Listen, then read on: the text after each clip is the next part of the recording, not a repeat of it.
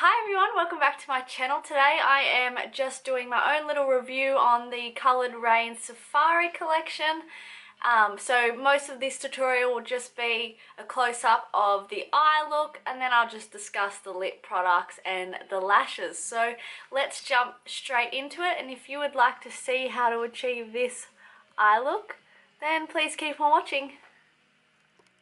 Okay, jumping into the eye look now. Taking this beautiful coloured Raine Safari Raine palette. I just love it. And I'm first going to jump into the darker shade, which is Matriarch, on the Furless Cosmetics ME3 brush, and I'm going to begin putting this on the outer edge. I'm just dabbing it on, as you can see, trying to get the full colour payoff because I'm using the P. Louise base down first, as you already know. I've done this in every single video. If you want to see how I lay the base, go back to a previous video. I do that sometimes at the beginning to show you.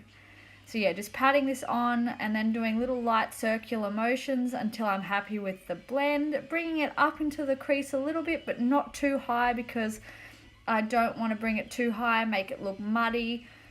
And yeah, I still want to put another shade above it, so this one needs to be below where I want that one. Now I'm taking the only brown shade in the palette, which is so awesome. That is Clay.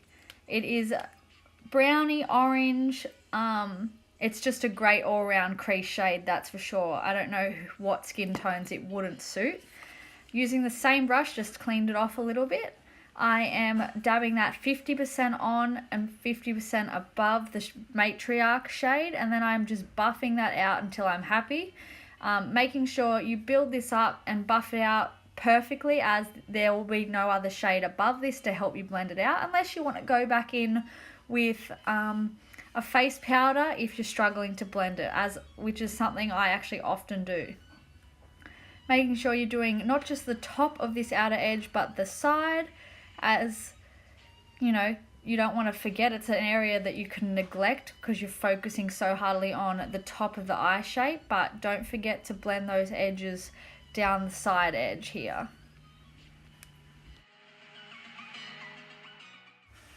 Just keep layering that clay shade, which is what I'm doing here, until you're happy with the colour payoff and the blend. I just wanted a little bit more colour payoff, so I just added another layer. It's a good trick to just slowly build it up. Oh, here is where I forgot to set my brows. They're usually done already, so I quickly did it. That's my little brow setting technique with the Benefit 24-hour brow set, which is my favorite brow set. I just literally brush them all up and then drag the brush along the top. Now I'm adding a little bit more P. Louise base because I really want these shimmer shades on the lid to pop, and this base just makes all eyeshadows come to life. So I just wanted to add a little bit more. You don't need to be too neat with this. You're not cutting out the crease. You're not, doing anything that's tricky. You're just dabbing it on everywhere and just blending out the edges just a little bit. I love this eye look because it's so suitable for all skill ranges and eye shapes, I believe. Now taking Tigress, which is this beautiful cranberry red shade.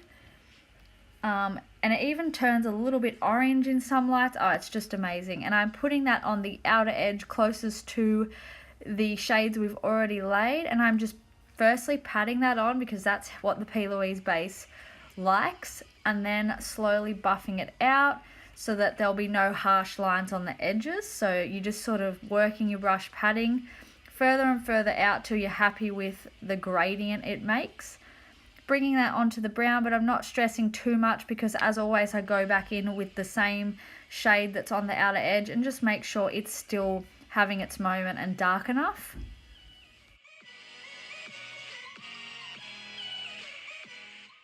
Now going into the shade Congo Basin, which is this really warm gold shade. It is unbelievable. And when I was putting it on, I was just blown away. I mean, look at it. And it blends and just goes so well with the previous shade. They just are a match made in heaven. I loved the color they made when blended together, because you're just going to bring this gold shade over the previous shade to just make the blend seamless. There's no harsh lines, and as you can see up in the crease, I just pat that up there but without making harsh lines, if that makes sense. So just really try to use really soft motions and drag those shimmer shades up without creating any harsh lines. Now going into Lioness, which is a more cool tone gold, and I'm putting that a little bit on the inner corner lid, but mainly on the little highlight zone there, and just blending it up. And then I'm just going in with the same shades but on the lower lash line, so beginning with the gold and then going into this cranberry orange shade, and then going back in with the matriarch shade on the outer edge.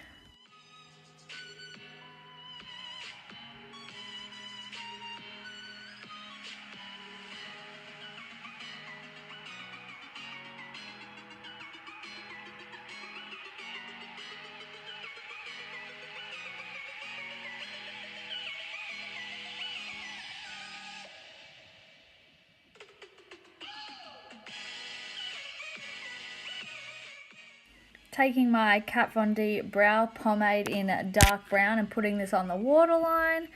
I swear by pomades on the waterline, especially all Kat Von D ones. I swear they stick like a dream. And yeah, so I always use them. And this looks like a Sigma E65 liner brush, I think. I always like to also really tightly line my upper lash line where the lash band will sit. This just helps hide it, but also just really frames out your eye really nicely and adds that depth to the look. Here's just me putting mascara on, which is with the Roller Lash from Benefit, my favorite mascara.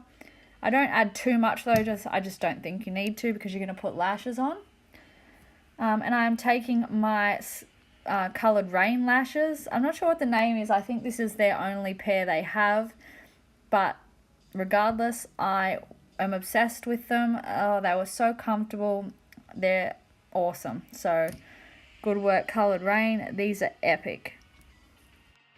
I used the Duo lash glue, and this was a little bit harder today because I didn't let the lash glue dry enough, so it wasn't tacky enough, which just makes putting on lashes really hard. But as you know, I first place mine in the center while looking down, and then I drag the edges into place. But yeah, if you really let the glue tack off, it is so much easier, so try that technique next time if you struggle.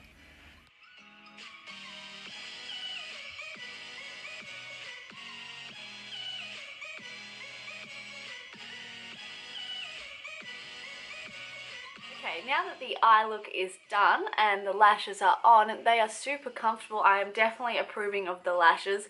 They're super wispy, full. They're definitely full glam though. You can see they're quite long, but I definitely love them. And you know, often with these full glam lashes, they can be a bit uncomfortable. These definitely aren't. Okay, so then onto the lips. I've done this ombre lip today using Queendom and Huntress. So Huntress is this beautiful deep red purple shade. It's beautiful, so I have that on the outer edge. And then Queendom, Queendom, how funny is this now? Sorry. And then Queendom is this beautiful red shade. It's definitely a true red, I think. I love the packaging. When you open it, it's got this beautiful gold looking foil.